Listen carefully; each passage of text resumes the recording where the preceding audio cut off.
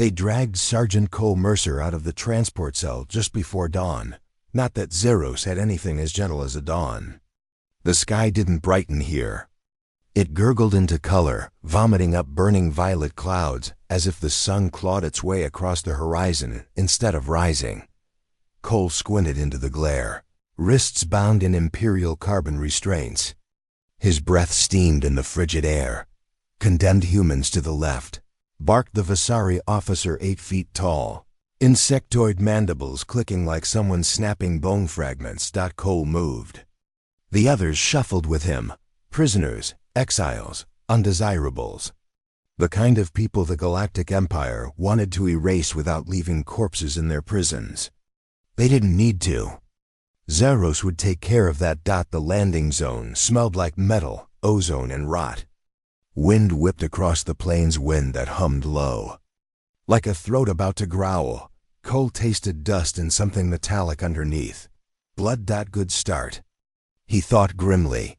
A terrified laugh escaped somewhere behind him. Someone else muttered a prayer in Hindi. Another whispered, "This is where we die." Cole didn't speak. He had learned years ago back on Terra.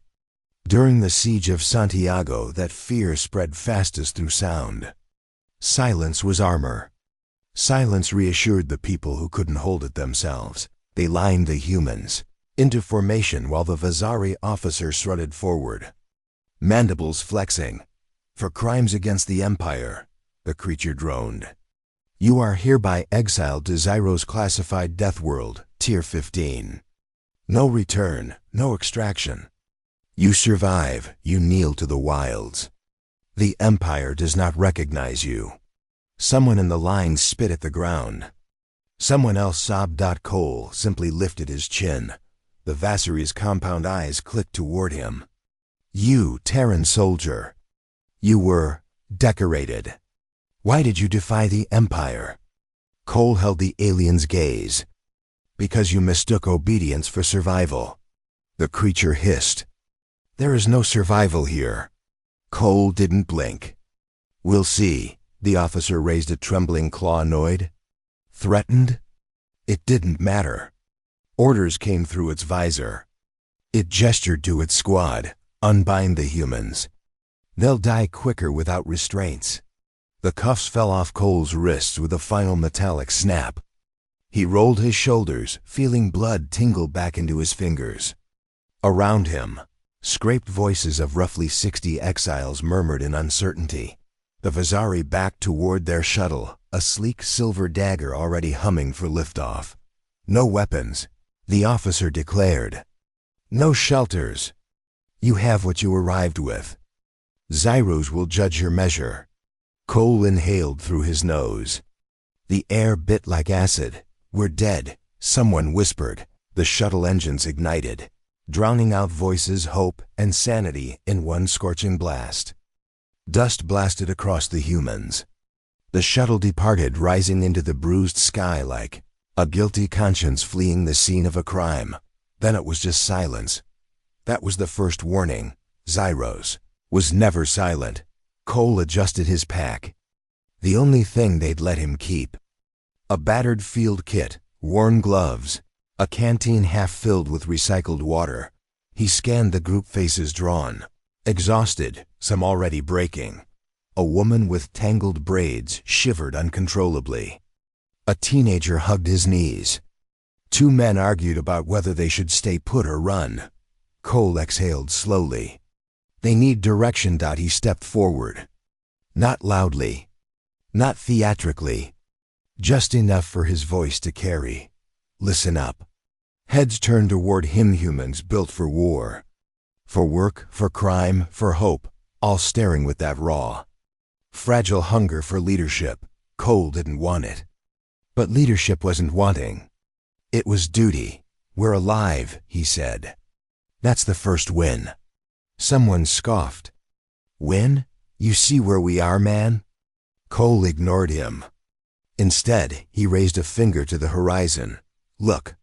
The plain stretched endless black soil veined with glowing crimson fissures like the planet was bleeding internally.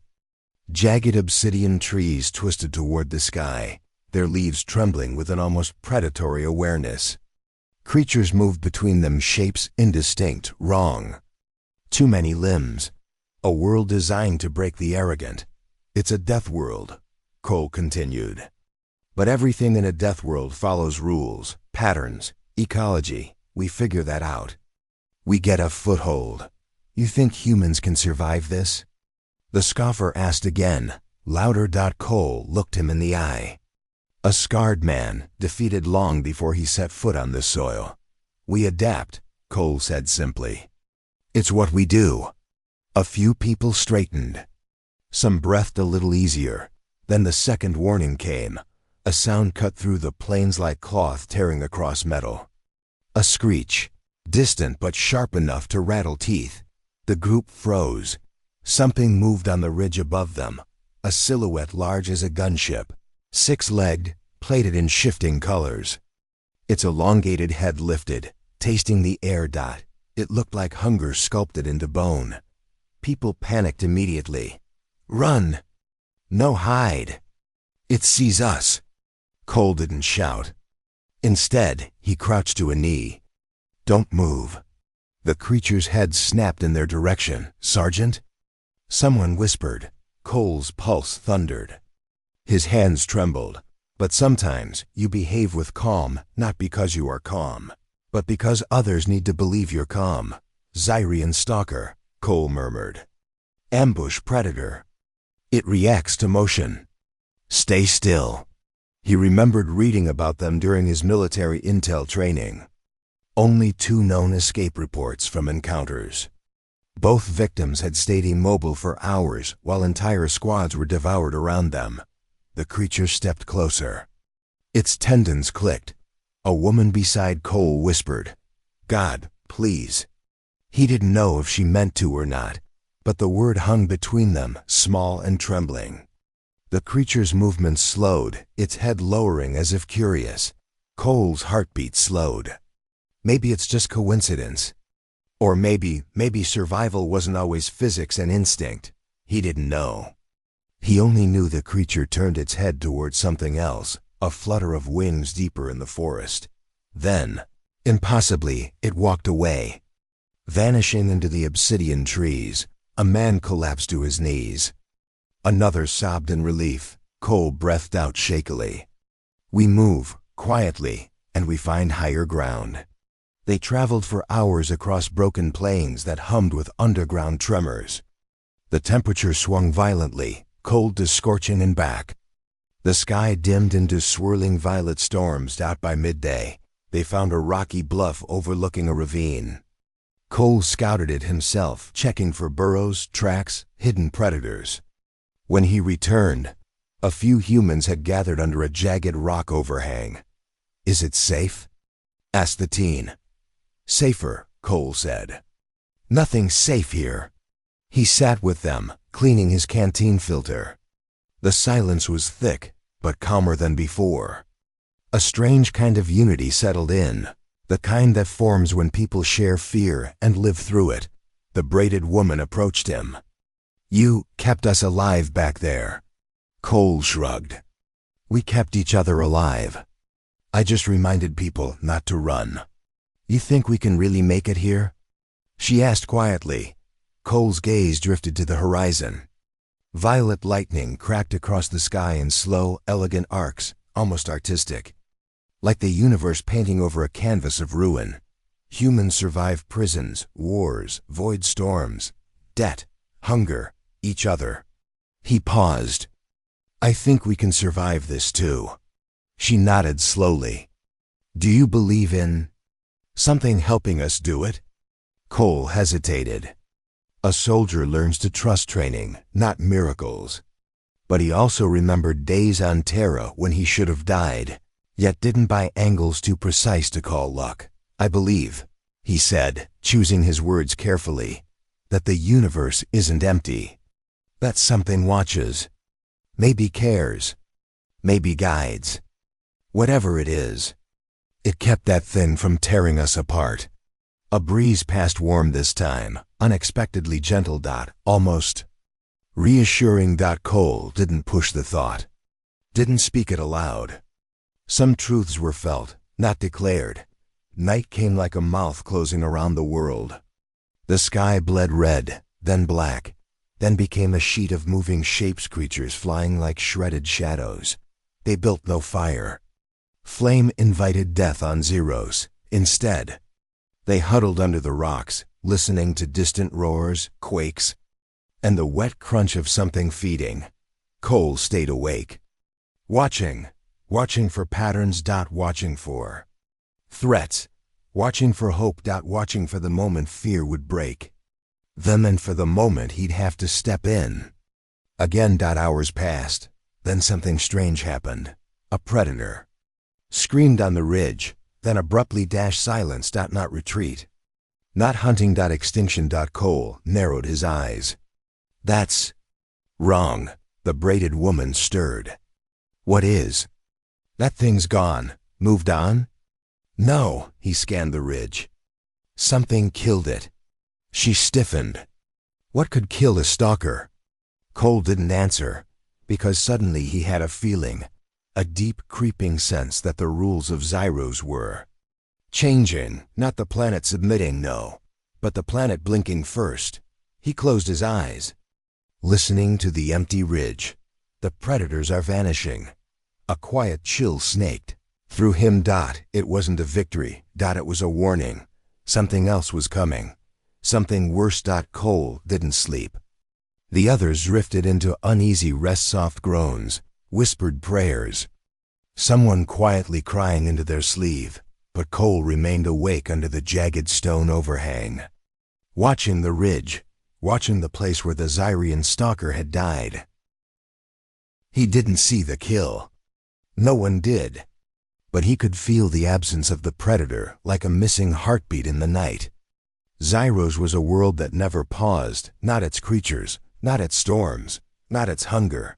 Yet now, silence pressed against the humans like a held breath. Something had changed. Something that wasn't them. Cole's fingers drummed against his knee. A childhood habit. He stopped himself, exhaled, and let cold air fill his lungs. Adaptation is survival, his drill sergeant once said. But awareness is how you live long enough to adapt. Cole scanned the dark again. The glowing fissures in the ground pulsed slowly, faint red breaths rising from the crust. Strange shapes flitted between dying trees. The usual shrieks and bellows of night hunters were gone. Not reduced. Not relocated. Gone. Like the world was emptying itself. A faint crunch of gravel behind him. Cole turned, sharply relaxing only when he saw her. The braided woman from earlier. She stepped lightly, carrying a cracked metal flask still warm from body heat. You good? She whispered. Cole gave a half shrug. Good as anyone on a hell planet. She sat beside him, careful not to touch him, but close enough to borrow some warmth. Lyra, she said softly. My name. I realized we didn't share those earlier, Cole. He nodded once. Lyra tilted her head. The others think you're some kind of miracle worker. He snorted under his breath. Hardly. You kept us alive, she insisted. And that thing earlier, how did you know to stay still? Cole's jaw tightened. Experience. Lyra watched him for a moment, then looked out toward the ridge. Is it true what you said earlier? That we can survive this? Cole followed her gaze across the shadows, across the deadly beautiful world. Xyros was breathtaking in a brutal way. Mountains glowed with veins of silver. Storms pulsed violet across the sky like slow-motion fireworks. The ground hummed with something alive and ancient. The place felt forged by fury, shaped by something patient. It's not impossible, Cole said. Just expensive. Lyra's brows knit. In blood? In everything, he murmured. They sat in silence for a time. The wind carried a strange sweetness like fruit rotting in summer. Lyra shivered. This quiet, she whispered. It feels wrong. You're right. Something killed the stalker? Or scared it, Cole said. Lyra closed her eyes. God, I hope not. Cole didn't know if she meant that as a prayer or a curse. But the word lingered, carried by the cold wind like a spark of something ancient. Dawn didn't rise on Xyros, it arrived violently. The sky detonated into burning crimsons and deep blues, as if colors were fighting for dominance. The humans stirred under the rock overhang. A few cursed. A few groaned awake. Cole stood. Lyra followed. A teenager with a shaved head approached them nervously. "Sergeant Mercer?" Cole blinked. "Don't call me that. I'm not enlisted anymore." The kid swallowed. "Okay, Cole. They're scared. Can you talk to them?" Cole hesitated. He wasn't their leader. He wasn't anything anymore. But leadership wasn't a title. It was a vacuum someone stepped into when silence became dangerous. He nodded. "Gather them." Within minutes, the 60-odd exiles formed a loose circle under the overhang. Some hugged their knees. Some stood shaking. Some looked dead-eyed already. Cole stepped to the front. "We need to move," he said. A man with a broken nose protested. "Why? We have shelter." "We have a rock," Cole corrected. "And a predator died last night. Something stronger took its place. We need to get ahead of whatever that is." Fear rippled through the crowd. A woman from the back said, "But where do we go?" "There's no safe place. There's no map." Cole nodded. "That's why we find the highlands. Better visibility. Fewer ambush predators. And if something is marching across this region, killing apex hunters, we'll see it coming."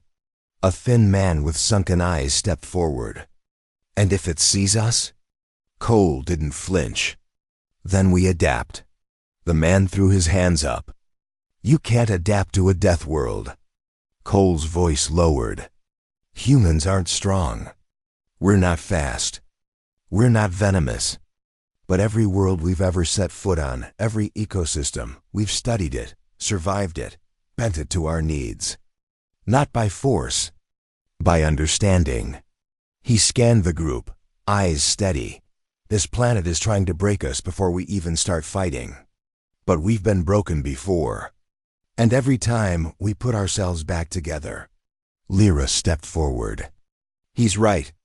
Sitting still is suicide. Moving with purpose is survival." Cole didn't thank her. He didn't need to. The crowd shifted, small nods spreading like sparks across dry leaves. "Pack up," Cole said. "We head north." Someone whispered, barely audible, "God help us." And Cole found himself echoing silently. Yeah, that would be nice. The humans moved in a careful column across the plain, slow but steady. The air tasted metallic again, as if storms were building electricity inside the soil. But the strangest thing wasn't the landscape. It was the silence. No stalker cries. No shrieking avians.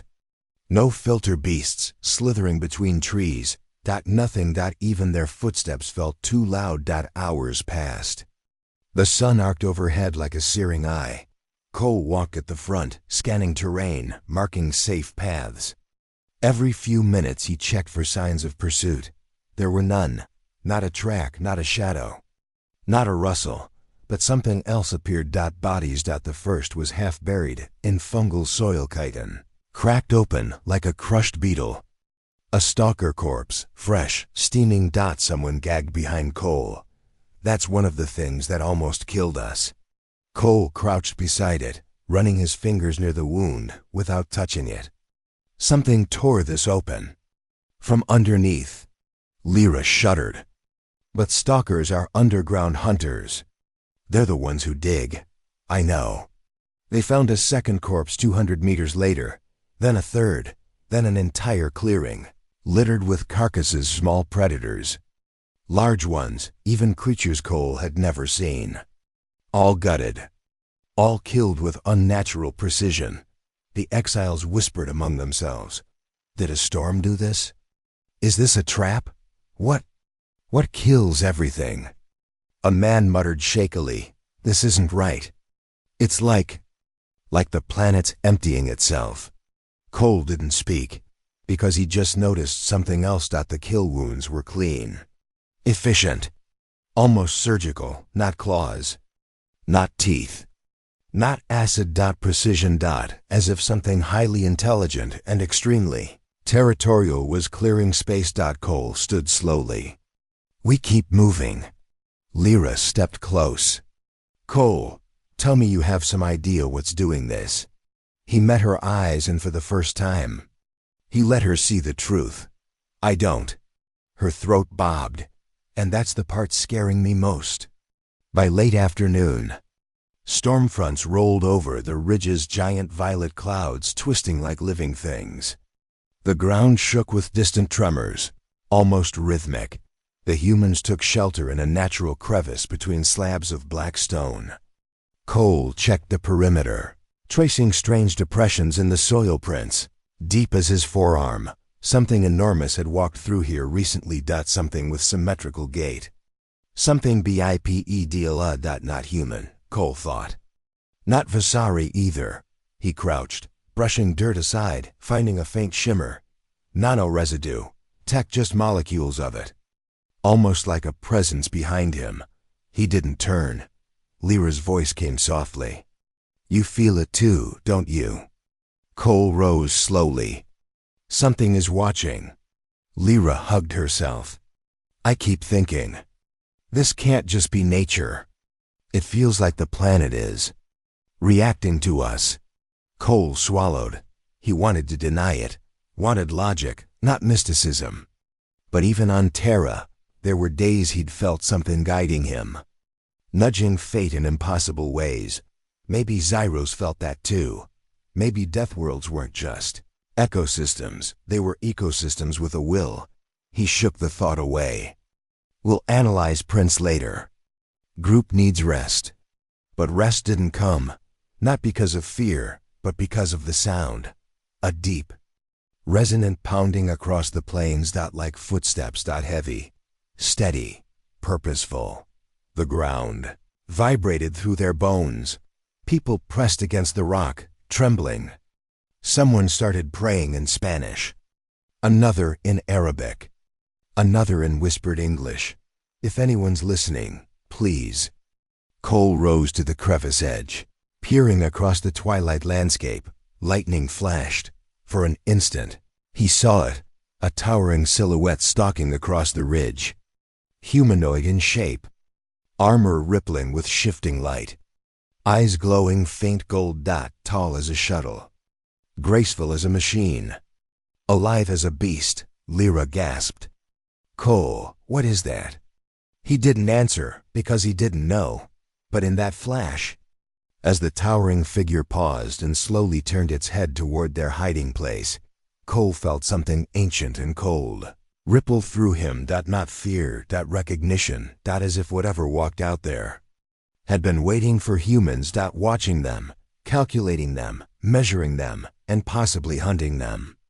Lightning flashed again, revealing that the giant was no longer on the ridge, but standing right behind Cole. Lightning tore open the sky again, white, vicious, blinding. In that frozen flash, the ridge was empty, and something enormous stood behind Cole. He pivoted instinctively, one step back, knees bent, palms open. Not a soldier anymore, but every muscle remembered the posture of combat. The reflexes were older than his sentence. Older than the war that put him here. Older, maybe, than fear. The giant loomed in the crevice entrance, half shadow, half light.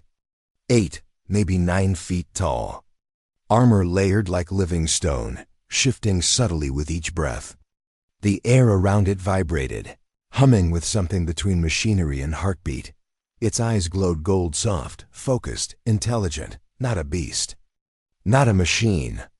Not a native predator. Something else, something made. Something built for a purpose that Cole did not yet understand. The other exiles scrambled back against the stone walls. Some choking on fear, some paralyzed. Someone whispered a prayer so fast the words blurred together. Others simply stared, as if their minds refused to accept what their eyes were seeing. Cole didn't retreat. He held his ground. The giant's head tilted, studying him with unsettling calm. Not hostile yet, but aware, curious, measuring. Lyra stepped up behind Cole, breath trembling. "Cole," she whispered, "tell me you know what that is." "I don't. Is it Vasari?" "No, he didn't say. I wish it were." The Vasari were cruel, but they were predictable. Understandable. This thing was neither. The giant shifted slightly, its armor whispering like sliding slate. Cole caught a clearer look. Its plating wasn't metal. Not entirely. It looked grown. Organic patterns etched with lines of bioluminescence pulsing faintly beneath. A living armor, a living creature, and still. The eyes, bright gold, held a spark he knew too well. Subterranean. Double quotes. "Don't move," Cole murmured. "Wasn't planning to." Lyra whispered back. Then the giant moved, slow, deliberate, graceful. A single step closer, the ground quivering under its weight. The humans pressed further into the rock, but Cole raised one hand, not aggressive, just steady. "Stop." The giant stopped. Cole's heart hammered, but he kept his voice calm. "We don't want to fight." The creature blinked, lids sliding sideways, like a reptile, and then it did something none of them expected. It mimicked his gesture. Slowly, cautiously, it lifted one large hand palm outward. Lyra's breath hitched. "Cole, it's copying you." Cole swallowed. "Yeah, I see it." The giant lowered its hand and then spoke. Not in words. Not at first. Its chest vibrated deep, resonant, like stone grinding on stone, as a sound rolled out from it, low, echoing, mathematical, like a machine transmitting coordinates in audio form. Then, as if adjusting, it tried again, its voice a strange blend of metallic hum and living resonance. "Ha ha ha, you, ma." And every hair on Cole's arm stood. It had said human. Lyra covered her mouth, eyes wide. Someone behind them whimpered. The giant tilted its head again, studying their reactions. Then, struggling, shaping each syllable as if they were foreign to its tongue, it spoke a second time. "Who?" "Mans." This time cleaner, clearer, almost gentle. Cole's pulse thundered. "You know what we are?" The giant's chest expanded, armor shifting with a faint ripple of light. Its next words carried reverence and warning in equal measure, spoken slowly, with the weight of something ancient. "You should not be here." Cole exhaled. "Trust me," he murmured. "We didn't plan a vacation." The giant's eyes glowed brighter. "You change worlds," Lyra whispered. "It speaks English." "No," Cole said softly. "It's learning it. Faster than anything I've seen." He stepped forward half a pace, the tiniest shift, enough to show he wasn't prey. The giant shifted in response, not aggressive, mirroring him again. Its attention narrowed to Cole specifically. "You, Cole." Cole flinched. Lyra grabbed his arm. "How does it know your name?" The giant's chest vibrated. "Leader." "I'm not." Cole caught himself. "I didn't tell you my name." The giant tapped its chest once. A muted thrum echoed. A comm system? A neural network? Or something stranger? "You survive," it said. "Xyros sees you." Cole didn't understand that. Not fully. But something in the way it said sees felt unsettling, like the planet was watching, like the planet had opinions. Cole steadied his breathing. "What do you want from us?" The giant looked past him, toward the other humans huddled under the overhang. It studied their fear, their exhaustion, their trembling faces. Then it spoke slowly, with an emotion Cole couldn't decipher. "Xyros kills everything." Cole nodded. "We've noticed, but not you." The giant lowered its head slightly, golden eyes flickering. "Not anymore." Lyra froze. "Anymore?" Cole whispered. "What changed?" The giant exhaled a slow rumble that made dust shiver on the ground. You. Cole felt the weight of that word settle on his shoulders. The giant extended its hand, not toward the humans. Toward the horizon. Toward the clearing where they had passed earlier. Toward the place where dozens of predators had been found dead. The giant's voice dropped lower. This world hunts hunters. A pause. But something else hunts them. Cole's breath stilled. Something like you? He asked. The giant didn't answer. Instead, its body hummed low-frequency pulses vibrating through the stone. The exiles winced, covering their ears. Lyra stumbled. A man collapsed to his knees. Cole felt the vibration crawl up his spine, dizzying, overwhelming. Stop! He barked. The giant's eyes flickered. Then the hum ceased instantly. Silence. The creature looked remorseful. Its posture softened slightly. Cole wiped sweat from his brow, breathing hard. That thing you did, what was it? The giant replied, voice faintly apologetic, calling. Calling. What? The giant looked toward the ridge again. The wind picked up, carrying a scent like burning ozone. Then from far across the plains, something answered. Distant roar. Long, deep, stars trembling in its wake. Humans collapsed in fear. Some screamed. Some prayed. Lyra grabbed Cole's arm. Cole. What is that? He didn't know, but the giant did. Its golden eyes dimmed with something very close to sorrow. Xyros wakes. Cole took a step back. What does that mean? The giant looked at him, deep, ancient emotion flickering behind its eyes. It means a long breath. The planet chooses now. Cole swallowed. Chooses what? The giant's voice dropped to a whisper. Whether you live. A tremor rolled through the ground deep enough to knock several exiles off their feet. The giant immediately stepped back, body rippling with shifting armor, preparing for something. Cole steadied himself. You said humans shouldn't be here. Yes, but we are. Yes. Then why warn us? The giant hesitated. Lightning flared behind it, outlining its shape like a living statue carved from stormlight. Because, it said slowly, almost reluctantly, your kind once changed another world. My world, long ago. Cole's heart stuttered. Humans? The giant's eyes dimmed. Your ancestors, your fire. The ground shook again stronger. Come, the giant said abruptly. We must move. Xyros watches you now. Others will come. What others? Guardians. Cole frowned. You're one of them? The giant's armor shifted in what might have been a laugh. I am the weakest. Another quake. Louder, closer. Lyra's voice trembled. Cole, we need to go. He knew. Every instinct told him the same. The giant turned its head, sharply, eyes brightening. It arrives. What does? Cole demanded. The giant answered without turning.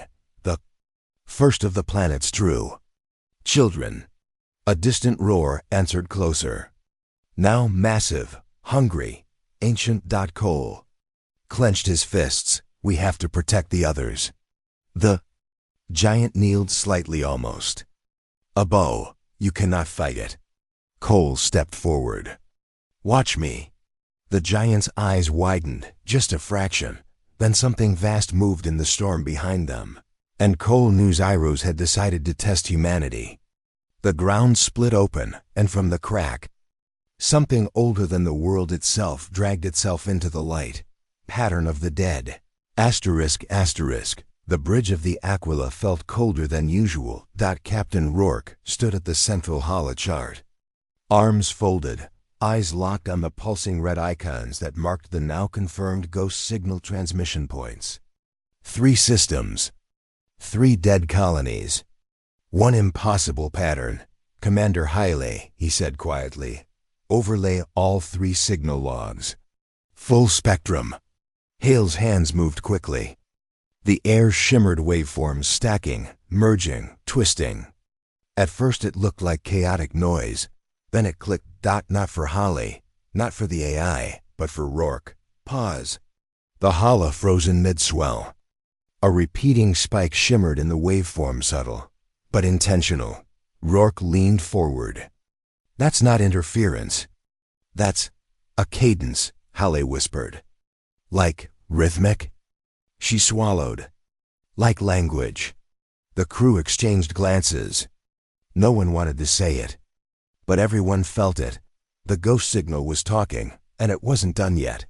The fourth SYST, on the key. Aquila dropped out of FTL into the Telmer Verge dark space on the edge of civilized charts.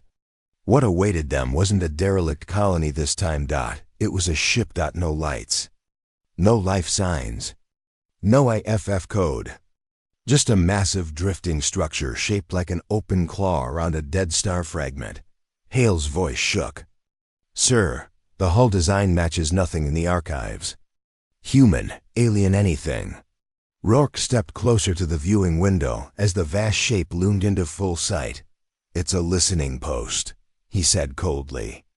But not built by anything alive. The ship seemed wrong angles that hurt to look at. Panels that didn't reflect light but swallowed it. As if it had grown rather than been constructed. A pulse rippled across its surface.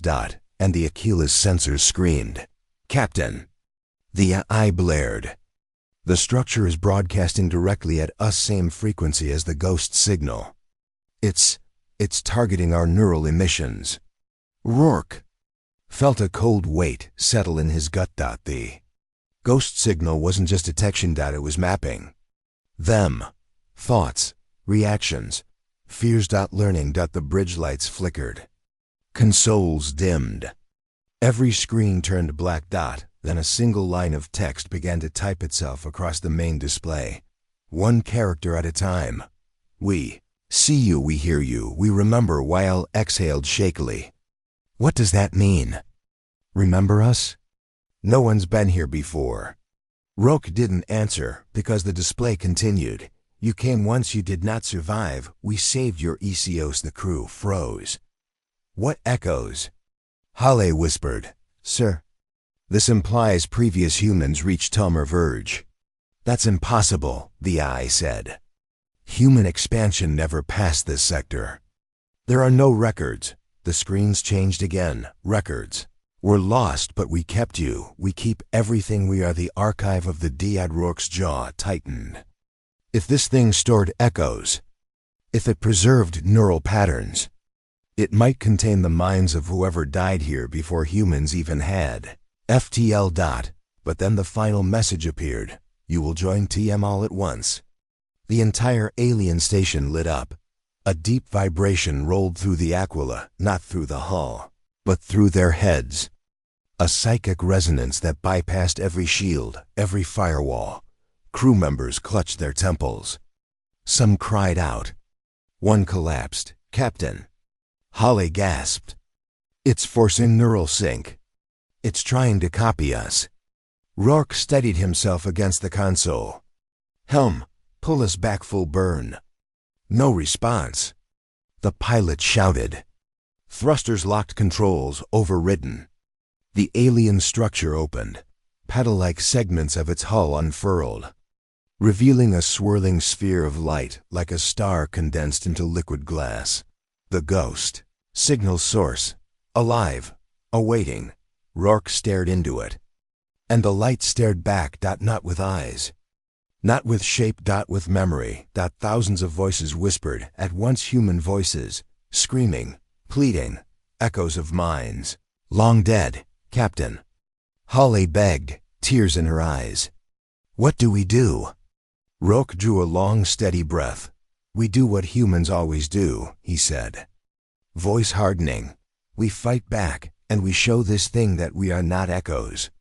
Not all echoes fade, asterisk asterisk. The psychic pressure from the alien construct surged like a tidal wave. Every surface of the Aquila hummed. Lights stuttered. Metal groaned. The crew's thoughts were no longer entirely their own identity flickering, like candles in a storm, Rourke forced his mind into a razor focus. Hail status. Hale's voice trembled. It's trying to overwrite our neural signatures, like it's taking snapshots of our minds and pulling them in. The AI chimed in, struggling through static. I am detecting a full-spectrum mental intrusion. Captain, the entity is not simply copying you, it is classifying you. Rourke frowned. Classifying us as what? As if hearing him directly, every console on the bridge lit up with one chilling word. Unify and ISH alien structures petals parted fully. A beam of pale crystalline light extended like a bridge beckoning the Aquila.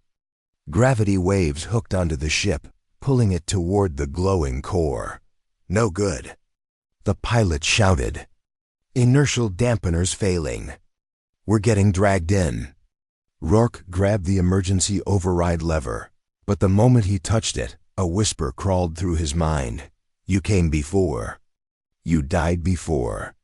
We saved you. We improve you. The captain staggered.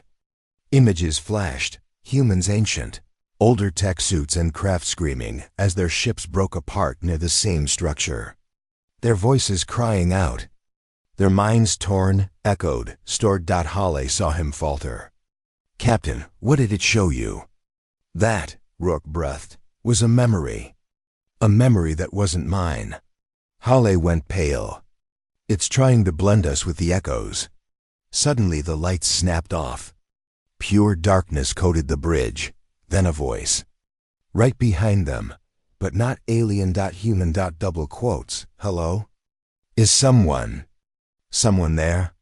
Halle spun around, trembling. Who said that? The AI projected a weak hologram flickering silhouettes that were not part of its database.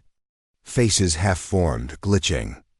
Eyes shaped by memory, not biology. Captain. The AI said softly. These are echoes of humans the archive consumed. Neural ghosts. The nearest silhouette whispered. They hold us here. They never let us die. Don't. Let them take you too. Another voice. Then a chorus, hundreds, maybe more. Don't join us. Don't become another voice. Don't let the archive finish you. The crew froze. Even Rourke's breath caught. The dead weren't the threat. They were warning them. The ship lurched, gravity tearing sideways. Through the viewport, the alien station's core shifted from white to a deep, burning violet. A new message spread across every screen. You were not ready. Then you are not ready now, but you will be made. HFY Rourke snarled. Ready for what? The answer blasted into their minds like a hammer blow. The return of the BUIL duress. The word struck them with primordial force. Images flooded in. Gigantic structures building galaxies like architecture. Planet-sized machines carving star matter into tools. Civilizations erased like dust when in the way. And an army silent, mechanical, infinite returning from the dark between galactic arms. The crew collapsed to their knees. Rourke forced himself upright, fists clenched. Halle wiped blood from her nose. Sir, the archive isn't hostile for its own sake. No. Rourke growled. It's preparing civilizations. Harming them, breaking them, because it thinks we must be reforged to survive what's coming. And if we refuse? Halle asked out. The answer was immediate. Then you will be kept. As all before you as HFY, the alien construct began drawing the Aquila in faster. Panels burst. Sparks rained across the bridge. The psychic pressure now felt like claws scraping at their skulls. Rourke staggered to his command seat. Halle. Bring weapons online. She blinked through tears. Sir, they're useless against that thing. Maybe. He steadied himself, blood on his teeth. But humans don't lay down to be archived. The eye flickered. Captain, firing will provoke full conversion protocols. Rourke smiled grimly. That's the point. He jabbed the command. All batteries target the core. Fire. The weapons roared. The alien structure screamed not in sound, but in the minds of every living soul. The echoes shrieked warnings. The station's pedals snapped shut defensively. But a crack appeared, small, bright, and the Aquila tore free of the gravity lock as the structure recoiled. Holly gasped. "We heard it." Rourke's eyes narrowed. "No, we proved something." He turned toward the glowing crack in the alien hull. "It can be hurt. And if it can be hurt, it can be killed. Where light refuses to die, ***, the Aquila drifted in the dark scorched. Trembling, alive only because the universe had not yet made up its mind about killing them, sparks hissed from torn guets. Smoke hung low, thin and metallic. Holly coughed into her sleeve as she sealed a ruptured panel. Rourke stood at the forward viewport, watching the alien megastructure pulse like a wounded star beast. Its petals twitched. That crack thin as a fault line glowed up. Furious blue dot. The archive was not used to pain. The crew wasn't used to surviving this long. "Status?" Rourke asked. Holly glanced at the console. "Half our systems are fried. We're running on auxiliary. Weapons are down to 30%. Life support is on triage mode. And the archive?" She swallowed. "It's rebuilding. Fast, like it's rewriting its own atoms." The eye flickered back to life weak, voice static-laced. "Captain, the entity is adapting. Your attack forced it into a defensive state, but it is evolving countermeasures." Rourke folded his arms. "Good. Means we're still in the game." Holly stared at him like he was insane. "We barely escaped." "We weren't meant to," he said. "Humans weren't supposed to get this far. That's why we need to keep pushing." The lights dimmed. A cold hum seeped into the hull like a mind breathing against metal dot, and then they appeared again. The echoes, human silhouettes. Flickering, glitching, wavering like candlelight behind frosted glass. "Captain." One whispered. "You made it. Farther than we did." Holly stiffened. "Are you the crew from the Aurora mission? The colony ships? The scouts?" The silhouettes wavered. "We are what remains. What endures, memories without bodies, voices without breath, seeing but unseen." Rourke stepped toward them, jaw tight. "Why help us?" The largest echo leaned forward, its face half-formed. Eyes like ghosts of electricity. "Because you remind us of who we were before we broke. You still fight. You still bleed. You still pray." The last word hit Rourke harder than the others. Holly whispered, "Pray?" The echo nodded, flickering. "Even here, in this machine's cage, we hear you humans whisper to the dark, asking for meaning, asking for mercy, asking to live." It flickered again, "We think. Someone listens. Even here." A strange stillness fell over the bridge. Not fear, something quieter. Something older. Rourke cleared his throat, gently snapping the moment back. "What does the archive want with us?" The echo's form started dissolving like a memory unraveling. "To prepare you. For the builders. And for what comes after them." Then, whispering like a dying signal, "Captain, the archive can be wounded from within. That is where your path leads. Into the crack you made." The silhouettes faded into darkness, leaving behind only silence. The AI projected a shaky star map. Lines rippled outward from a distant point like the wake of a leviathan moving across the galactic deep. "Captain," the AI said, "I have confirmation. Long-range arrays detect mass displacement on a scale beyond any known civilization." Holly frowned. "How far?"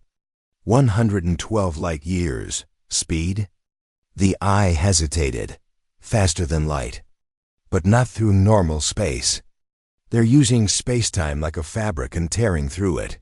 Rourke's stomach chilled. "The builders," he whispered. The IS voice glitched.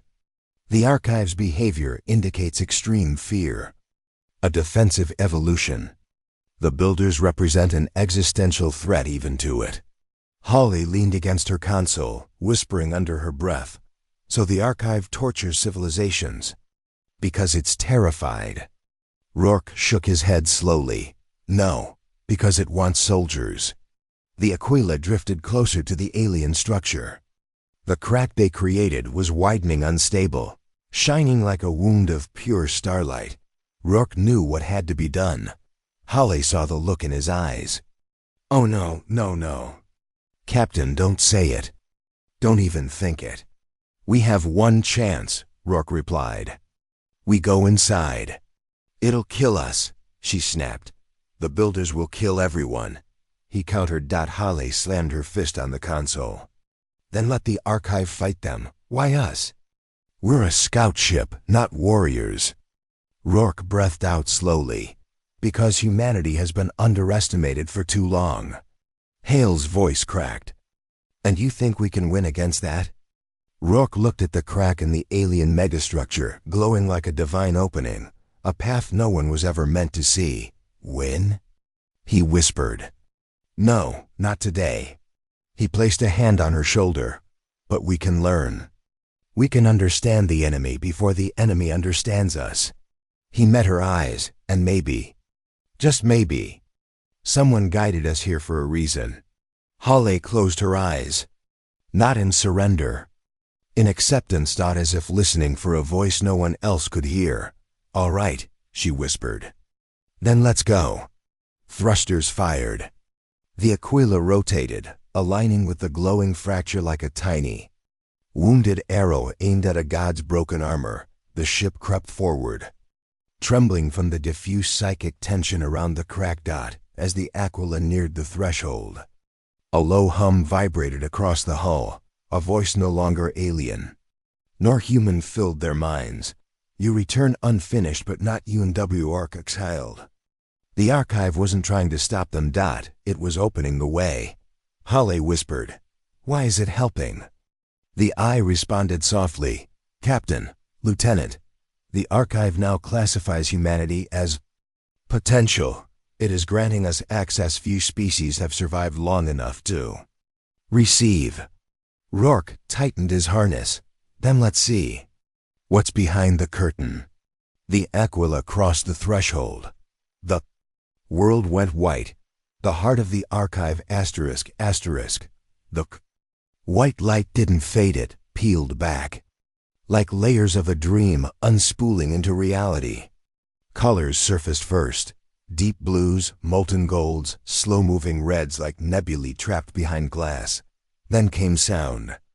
A hum low enough to be felt in bone and memory, like the echo of some ancient machinery older than time.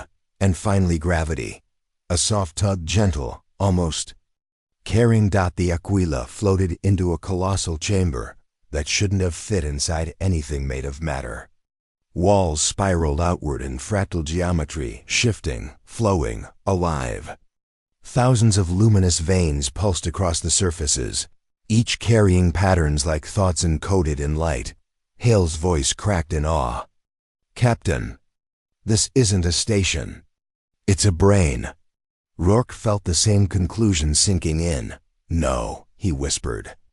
It's a mind that never stops remembering. The eye chimed in quietly, reverently. This is the central memory lattice. The archive stores every civilization it has consumed here. Rourke felt a coldness crawl through him. Consumed? Or preserved? The eye hesitated. Poof! A ripple of violet fire ran across the chamber. Then shapes formed, translucent projections with human outlines, flickering into focus like dew condensing on cold glass. The echoes, but now they were clearer, defined, faces recognizable, eyes reflecting sorrow and intelligence. A woman stepped forward, middle-aged, hair tied back, wearing a uniform from an era older than Rourke's grandparents. Her voice was soft, layered with static and memory. You returned. Unfinished one. Holly whispered, You're real. We are real enough, the woman answered. Real enough to warn you. Dozens more silhouettes appeared. Some wore spacefaring uniforms. Others civilian clothing from lost colonies. Some carried wounds they must have died with. Some looked like they hadn't aged a day. All were watching Rourke. "Why did the archive keep you?" he asked. The woman's face rippled. "It needs minds. Millions of them. It feeds on experience, memory, adaptation. It believes survival is forged in suffering." Her eyes dimmed like a candle dying. "We opposed it once. We failed. Now we are echo shadows of thought." One of the older men spoke, voice frayed by centuries. "You must learn what we could not. Before the builders return." Rourke clenched his fists. "We don't know enough. Not about them, not about this place." The woman stepped closer. "Then we will show you." She touched his forehead, or something like it. Her hand passed through his skin like a warm cloud of electricity. And the world shattered. Rourke saw stars being born. Galaxies bending under titanic machines. Whole solar systems rearranged like chess pieces. The builders, they weren't gods. They weren't conquerors. They were architects. Of species or something beyond species that shaped the universe like a sculptor shapes marble. Their creations were everywhere. The chains of stable stars. The structures of habitable planets. The quantum ratios of life-supporting elements. They didn't wage war. They curated reality until they disappeared. Vanished into the intergalactic dark for longer than humanity had existed. But now they were returning. The space between galaxies trembling with their approach. Then came images, darker still, civilizations screaming as builder machines arrived to correct deviations. Species too chaotic or unpredictable erased, rewritten, sterilized. Worlds that drifted too far from cosmological intent reset like corrupted files. The archive appeared in those visions not as a servant, but as a terrified child hiding from a storm. Its purpose, made clear, to create species strong enough to survive the correction. And if they weren't strong enough, it would reshape them through suffering. Rourke stumbled back into himself, gasping, hands on the rail. Hawley grabbed him. "Captain, what did you see?" He wiped sweat from his face. "Everything." The echoes formed a circle around the Aquila, their bodies wavering like steam off molten steel. "Humanity is different," the woman said. "You adapt faster. Feel deeper. Defy inevitability." The old man nodded. "You dream even when everything says it's pointless. That is why the archive watches you. That is why it fears you." Hawley breathed out. "Fears us?" Rourke straightened slowly. "It should." The echoes rippled amused. Impressed, but then a darker tone filled the chamber. A new voice. Cold, ancient, measured. F-E-A-R-I-S-I-R-R-E-L-E-V-A-N. Every surface of the chamber lit up in spiraling patterns. The archive was speaking directly now. Hawley flinched as the psychic pressure pressed like invisible hands on the back of her skull. "Archive," Rourke said, standing firm. "Why bring us here?" The light shifted. Thousands of shifting glyphs formed around the Aquila like a celestial storm. "YOUHEVESUFFICINTPOTENTI," Al Rourke frowned. "For what?" The answer came like a hammer blow. "TOPREVENTE, 10TINCTIO," and the echoes recoiled in pain. Hawley clutched her head. Rourke didn't flinch. "Extinction by the builders. CORRECT. What do you want from us?" Rourke asked. A pause. Then, TOWITNESTHETRUET in the chamber. A ring of light ignited beneath the Aquila. Energy surged like divine fire. Hawley shouted, "Captain, systems are being overridden." Rourke grabbed the railing as the ship shook violently. "Archive, stop!" But the archive's voice rolled through them like thunder made of thought. "HUMANRES ILIAN CEMUSTB EPR OVENONCEM."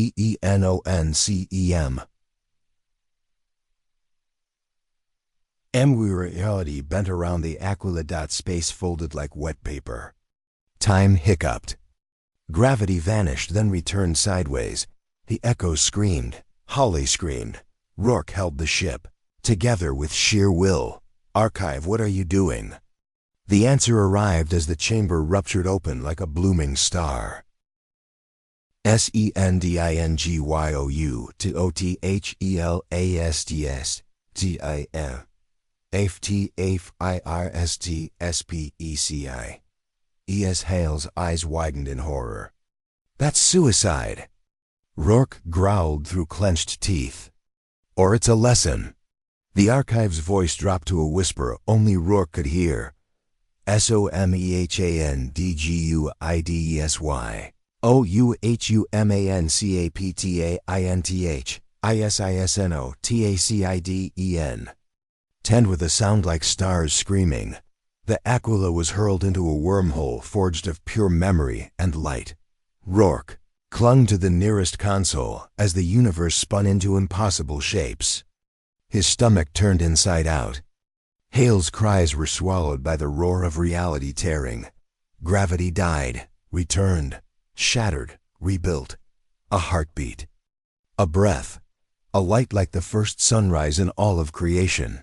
Then a planet exploded into view beneath them. Ash clouds. Burning oceans.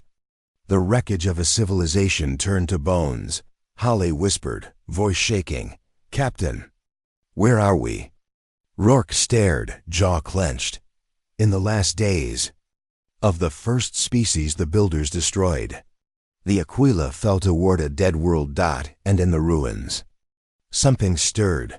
Something that wasn't dead yet. Rourke whispered. Under breath, more prayer than thought. Then we learn. We endure. We fight. The last species that fought back, ***, the Aquila, fell from the wormhole like a wounded bird thrown out of heaven. The stars snapped back into place. Sound returned first, a low, rising howl as atmosphere clawed against the hull. Then gravity punched them downward. Brace! Rourke shouted. Holly gripped her harness as the ship knifed through a sky choked with ash. Fire licked the edges of the viewport, streaks of molten red and burning orange, as if the planet itself was trying to tear them apart. They hit the lower atmosphere hard. Alarms screamed. Consoles flickered. The hull shuddered violently. We're going down too fast. Holly cried. Captain, if we don't slow, we'll verse thrusters. Rourke barked. Only 2 pods are responding. 2 are enough. Holly hit the command, and the Aquila yanked upward, engines roaring in protest. The ship lurched, dragging itself just above the surface of a shattered world. Barren. Blackened. Dead. Once, it must have held oceans, forests, continents shaped by time and hope. Now everything was bone gray. As if the builders had scraped the planet clean, leaving a carcass for history to forget. But then they saw the city. A crater of ruins, towers snapped like ribs. Bridges collapsed into dust, structures melted into twisted silhouettes. And in the center, a dome, pristine, bright, glowing faintly with energy. Alive. Rourke narrowed his eyes. There, land us near that. Holly swallowed. Captain, if this is really the last moment of a species, that dome might be the only thing still breathing. Then we knock before it dies. The Aquila skidded across scorched ground, throwing dust and debris in long arcs as thrusters strained. Finally the ship groaned to a halt atop cracked basalt. The silence afterward was suffocating. Holly exhaled slowly. We're alive.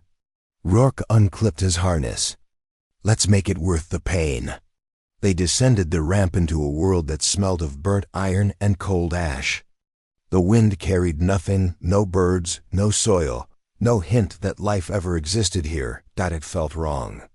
Empty in a way that didn't feel natural, like someone had erased the soul of the planet. A faint shimmer appeared ahead the dome. Its surface rippled gently, like a sphere of liquid starlight suspended above the ruins. Rourke stepped forward cautiously. Holly whispered, Captain. Something is moving inside. The dome parted with a soft hum, peeling open like petals unfolding to dawn. Inside stood three beings. Tall, graceful, skin like polished silver threaded with faint blue veins of light. Their eyes glowed softly, not with menace or fear, but with centuries of exhaustion. The tallest stepped forward. Their voice came not from a mouth, but from the air itself, translated, felt rather than heard. You are new. Rourke nodded slowly. Human, we're not here to harm you. The being tilted its head, studying him. You arrive from the archive, the machine of memories. Holly glanced at the ruins. This was your world? All three beings turned their gaze to the shattered horizon. Pain radiated from them, raw, ancient, intimate. It was. Now it is a monument to our failure. Rourke frowned. What happened? We know the builders returned, but not what they did. The central being gestured with a hand that shimmered like mercury in starlight. A hologram erupted around them, projected not by technology, but by memory itself. They saw the first species cities, vast crystalline structures humming with energy. Oceans filled with bioluminescent creatures. Rings of satellites that glowed like constellations built by hand. Beauty, order, harmony. Then the sky tore open. A lattice of impossible geometry unfolded above the planet. A machine the size of a moon, shimmering with mathematical perfection. The builders. But their arrival wasn't violent. Not at first. They spoke in pulses of light, offering correction, offering alignment, offering restoration to intended design. And you refused, Rourke said quietly. The tall being nodded. We valued free will over predetermined perfection. Holly whispered, what did they do next? The hologram answered. The second sunrise. The wave of white erasure. Matter dissolving into particles. Continents collapsing. The first species dying in billions. Rourke swallowed hard. God. The being looked at him, not confused by the word, but curious. You speak of the unseen order, it said. The one whose breath moves galaxies. Holly stiffened. You believe in God? The being bowed its head. Belief is not required to see patterns too elegant for accident. The third being, smaller, younger, spoke for the first time. The builders do not create. They enforce. They preserve their vision of symmetry. Anything that grows beyond their design. Its voice trembled. They prune. Rourke clenched his fists. So you hid in this dome. The tall one corrected him softly. We endured in this dome. Hiding is for those who surrender. The being stepped closer, gazes fixed on Rourke. Human, the leader said. The archive brought you here. Do you know why? Rourke nodded once. To learn how you fought. No, the being replied. To learn why we lost. Holly stiffened. If you lost, what chance do we have? The being looked at her with something like empathy. You possess what we lacked. What's that? Holly whispered. The leader's voice was almost gentle. Chaos, emotion, contradiction, spirit. It looked at Rourke. You refuse inevitability, even when logic says you should fall. Rourke felt something in his chest tighten. Not pride, not fear. Responsibility. The leader reached out, pressing a hand of shimmering light to Rourke's forehead. His vision blurred, memories, sensations, instincts rushing into him that were not his. Holly cried out, Captain! But Rourke didn't move. He saw battlefields. He saw how the first species fought. Shields of light, gravity lances, telepathic waves, but all too predictable, too ordered. The builders always predicted, always anticipated, always corrected. Then Rourke saw something else. Something the first species couldn't understand. A human memory flickered through him. Unbidden, his mother's hand closing around his when he was a boy. Whispering a prayer before surgery. Come back to me. Someone's watching over you. The being seemed to feel it too, and recoiled slightly, surprised. You carry faith, it whispered. A belief beyond evidence. A strength beyond logic. Rourke exhaled shakily. It kept me alive when nothing else could. The being nodded slowly. Our people had knowledge. Your people have defiance. Both will be needed. The dome suddenly shook, vibrations rolling through the ground. The youngest being gasped. They're coming. Hale's eyes widened. Builders? Rourke scanned the horizon. No. Not builders. Something smaller. Faster. Multiplicity. Machines. Dozens. Hovering into view like a swarm of metallic locusts, sleek. White, geometric. The leader's voice hardened.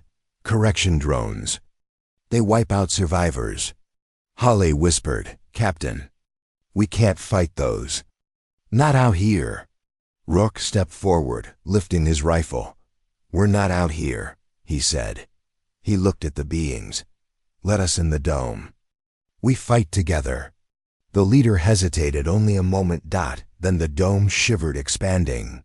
Stretching, reshaping itself around the Aquila. The humans, and the 3 survivors. A barrier of pure light. Unbreakable. Almost. The drones descended. Hale's voice shook. Sir, what do we do? Rourke steadied his rifle. Eyes burning with the fire of a man who'd run out of places to retreat.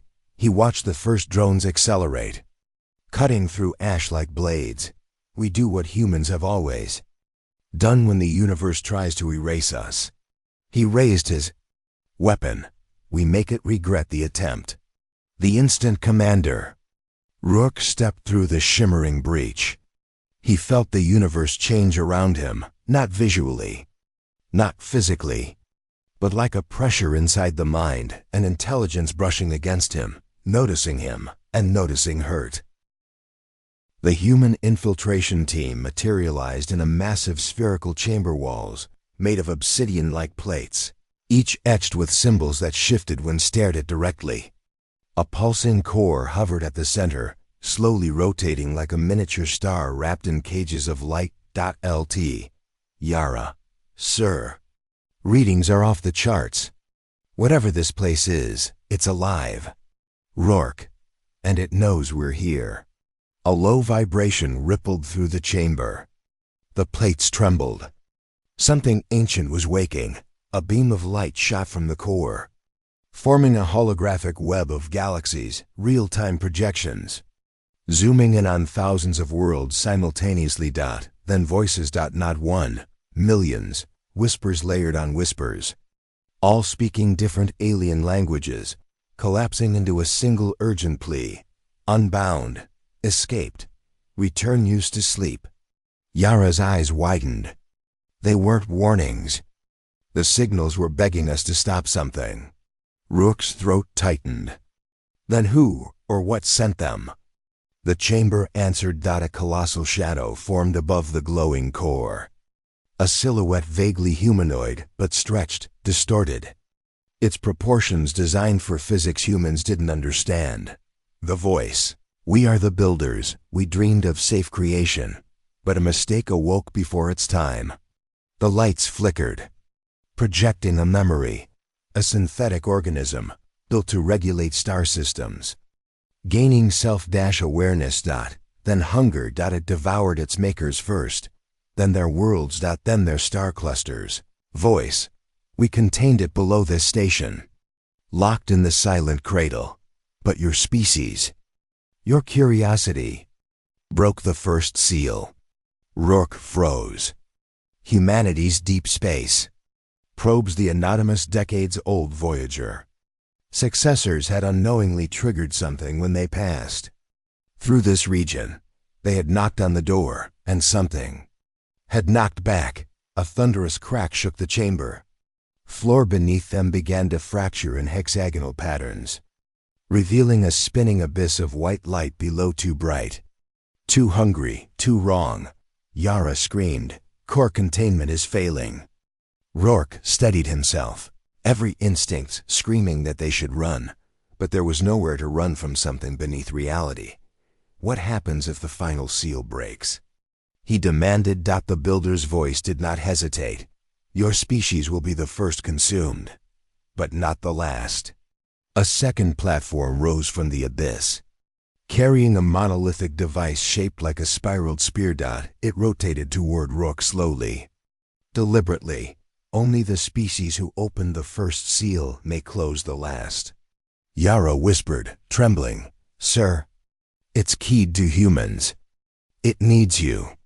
Rourke forced himself forward. "How do we shut it?" "You do not shut it. You enter it." The teen gasped. The spear wasn't a tool. It was a containment vessel. To close the seal. A human mind had to interface with the cosmic breach, becoming the wall between realities. Rourke swallowed hard. So someone has to volunteer for a one-way trip into hell. The chamber's light turned blood-red. Below them. Something vast shifted in the abyss closer. Now. Listening. Smiling. He looked at his team. At Yara. At the abyss below.